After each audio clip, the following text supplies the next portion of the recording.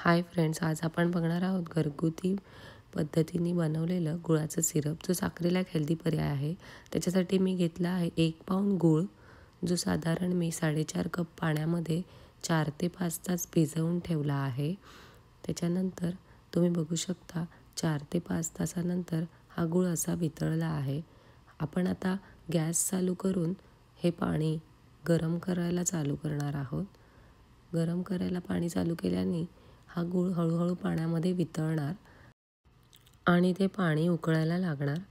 हळूहळू पाणी उकळायला लागल्यावरती ते आपल्याला असंच हलवत राहून जवळजवळ 3 ते 4 मिनिट चांगलं उकळून घ्यायचं आहे। चांगलं उकळल्यानंतर आपल्याला गॅस बंद करायचा आहे।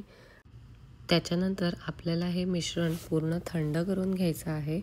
थंड झाल्यानंतर हे सिरप एका गाळणीने गाळून आपल्याला त्याला एका स्वच्छ बाटलीमध्ये भरून फ्रीजमध्ये ठेवायचं आहे आणि हे सिरप जवळजवळ 15 दिवस चांगलं राहतं। फ्रीजमध्ये ठेवल्यानंतर हे थोडं घट्ट होतं आणि ते त्याचं परफेक्ट टेक्स्चर असतं आणि हे रेडी आहे तुमचं। साखरेच्या जागी तुम्ही हे सिरप वापरू शकता।